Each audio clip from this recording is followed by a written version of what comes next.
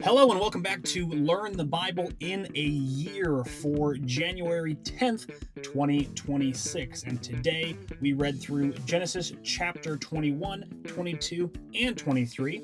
We also read Matthew chapter 8, verses 23 through 34. We jumped into Matthew chapter 9, verses 1 through 13.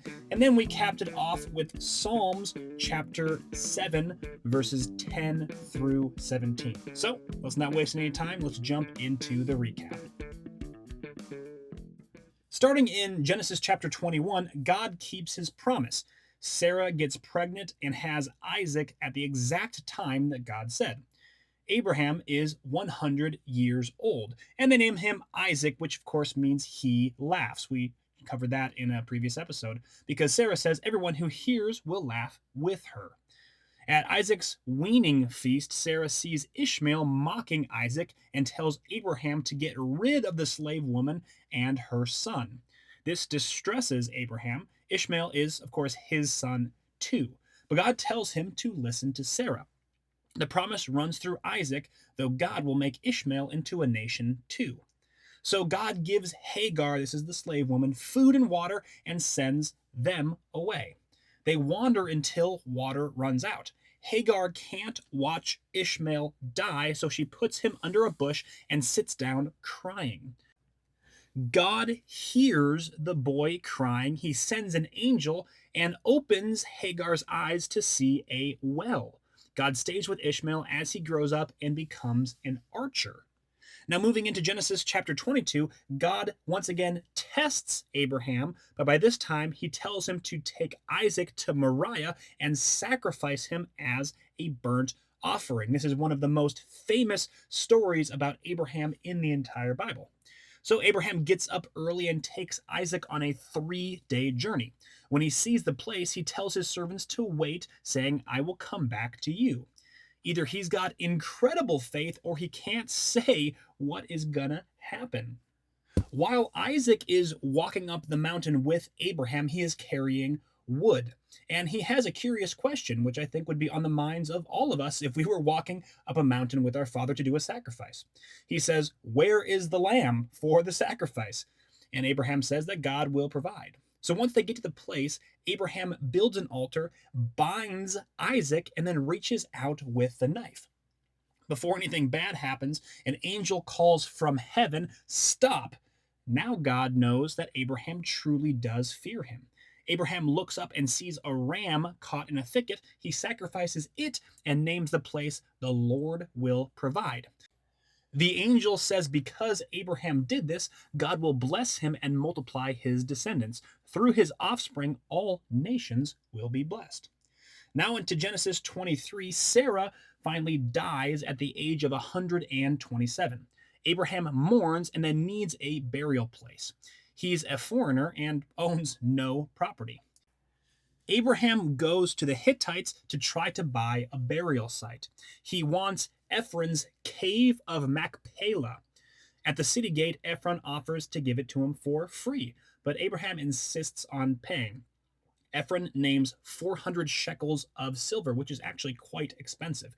But Abraham pays it, and now he owns the first piece of the promised land that God promised to him, and he uses it to bury Sarah.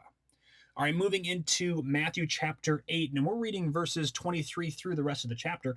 Jesus gets on a boat with his disciples, but a furious storm comes up. Waves are crashing over the boat, and Jesus is sleeping. The disciples wake him up in a panic, and Jesus asks them why they're afraid, and he calls them people of little faith. He rebukes the winds and the waves, of course, and it goes completely calm. The disciples ask, "What kind of man is this if even nature obeys him?"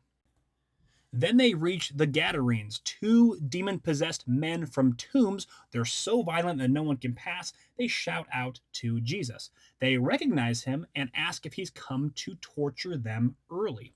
A large herd of pigs is nearby. The demons beg to be sent into the pigs. Jesus tells them to go. The demons enter, and the entire herd rush down the bank into a lake and drown. The herdsmen report everything, and the whole town comes out and begs Jesus to leave. They'd rather have their pigs, I guess, than Jesus. So then Jesus returns to his town, and people bring a paralyzed man. Jesus sees their faith and tells the man his sins are forgiven. Teachers of the law think that this is blasphemy. Jesus knows their thoughts and asks which is easier, to say sins are forgiven or to say get up and walk. To prove the Son of Man has authority to forgive sins, he tells the paralytic to get up and go home. The man does, and the crowd is amazed, although the teachers of the law are not super thrilled. Then Jesus sees Matthew, also called Levi, who was a tax collector, at his booth. He says, "Follow me." And Matthew gets up immediately and leaves everything to follow him. Jesus has dinner at Matthew's house, which would have been totally uncool to do in that day and age, and he eats with Matthew as well as other tax collectors and sinners. The Pharisees ask why their teacher eats with such people. Tax collectors were traders working for Rome, after all. Jesus responds that healthy people do not need a doctor, but sick people do. God desires mercy, of course, and not sacrifice. He came to call sinners, not the righteous. And we finally finish up today's recap in Psalms chapter 7, verses 10 through 17. David declares God as his shield, who saves the upright. God is a righteous judge who expresses wrath daily. If someone doesn't repent, God prepares deadly weapons and flaming arrows. This is the words of David.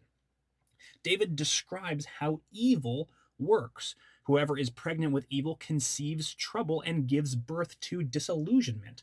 They dig a hole and fall into their own trap. Violence comes down on their heads. So, David is saying, what you set into motion comes back to you. I guess kind of like a boomerang. If you give birth to evil, well, it's going to be evil. Things are going to go quite poorly for you. Alrighty, well, just quick reminder that this podcast is sponsored by Covenant Security Equipment. Covenant Security Equipment is a Christian-owned company that partners with building contractors who build with safety in mind. They sell things like bullet-resistant windows, secure transaction systems, and drive-through installations, as well as much more. Covenant Security Equipment delivers commercial-grade security solutions with fast turnarounds. To find out more, or if you're interested or know someone who might be interested, go to covenantsecurityequipment.com. Okay, we've got a couple of questions from our reading for today. The first question is from what we read in Genesis. God tested Abraham by asking him to sacrifice Isaac. This is one of the most famous scenes in the Old Testament. So here's the question. When has God asked you to give up something in order to test your faith and obedience? The church that I go to right now is going through a season of prayer and fasting. And for many people in my home church, the Lord has asked to give up food for a season in order to build our faith and our obedience to God. So what an awesome season it's been there. Question number 2, and this comes out of what we read in Matthew. Jesus calmed the storm while the disciples totally panicked. So here's the question. What storm is in your life right now that reveals your lack of trust that Jesus is actually in control? Goodness gracious, we all have storms. What storm is in your life right now? Question number 3 is from what we read in Psalms. David praises God as his shield and the righteous judge. So here's the question. What recent victory or deliverance should you be thanking God for? It's so easy to go through life and just, take one step in front of another and forget all the wonderful things that God has done for us. So just take a second here and write down what God has done for you. Just a quick reminder, if you do not have this workbook, you can get the digital copy of this workbook. The link to that is in the show notes. You can also get the paperback copy. That's what I prefer because I write directly in the workbook. The link to that is in the show notes as well. The final question for today is the same question as every other day. What is your main takeaway from today's reading? I think my main takeaway from today is when Jesus calmed the storm in front of his disciples. The disciples were all very concerned about their current predicament. and they didn't have faith that Jesus would get them through that very immediate need, which was that massive storm. I think if I was on that boat, I'd be pretty freaked out as well. It's just a great reminder that no matter what storm we are going through, God is always with us, and He has a plan that has a longer time frame than the predicament we're in right now. Alrighty, thank you so much for joining me today, and I will see you again in the next episode.